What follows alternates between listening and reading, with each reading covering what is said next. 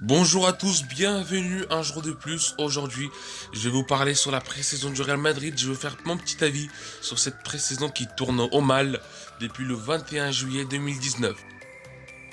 Comme les résultats l'affirment, c'est une préparation de saison catastrophique pour le Real Madrid. De fait 3 buts à 1 face au Bayern Munich de Niko Kovac. Une victoire 3 buts à 2 sur la séance des tirs au but après un match nul de buts partout. Une très grosse humiliation face à l'Atlético Madrid 3 buts à 7. Et une défaite 1-0 face à Tottenham à cause d'une erreur de Marcelo.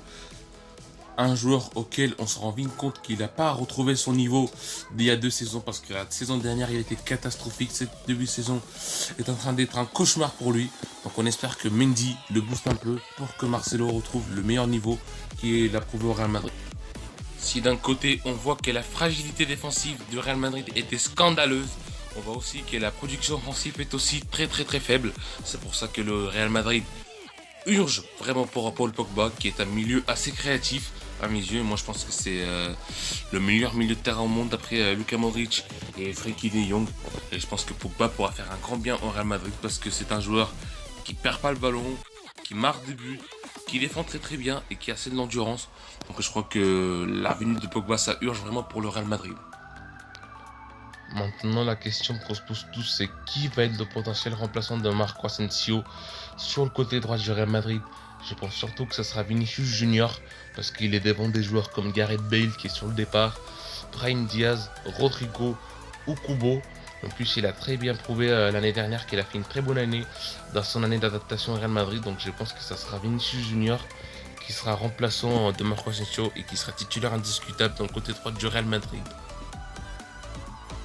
D'un côté, je pense aussi que les recrues du Real Madrid sont en train de faire une bonne impression, sauf Luka Jovic qui n'a pas beaucoup de ballons, qui voit que l'équipe est assez pauvre, donc les ballons lui arrivent très peu à Luka Jovic.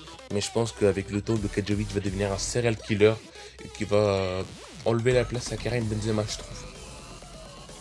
Un autre point qui confirme la mauvaise pré-saison du Real Madrid, ce sont les blessures régulières, comme celle de Brahim Diaz, de Ferland Mendy, de Luka Jovic ou encore de Thibaut Courtois. Ce sont des blessures dues au travail intense dans les premiers jours du Real Madrid, qui sont des préparations physiques un peu intenses, un peu difficiles.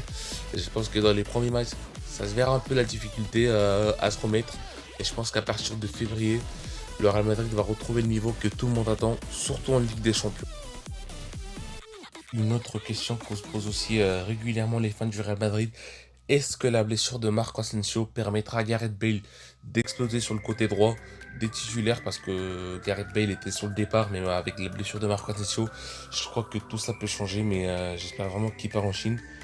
Mais on verra dans les prochaines heures si la blessure de Marco Asensio a fait un tournant dans la carrière de Gareth Bale au Real Madrid. Bon les gars, c'était la fin de cet avis sur la pré-saison du Real Madrid, qui est un peu mauvaise, mais j'ai confiance aux joueurs du Real Madrid. Je pense que des joueurs comme Ferland Mendy ou Eder Militão vont lever la place à Varane ou encore à Marcelo. Je pense que Eden Hazard va marquer beaucoup de buts au Real Madrid. Je pense qu'il va arriver à 35 buts dans cette saison Real Madrid, et Luka Jovic qui va faire une saison encourageante pour l'avenir du Real Madrid. C'était Brahim News YT. À la prochaine. Ciao ciao.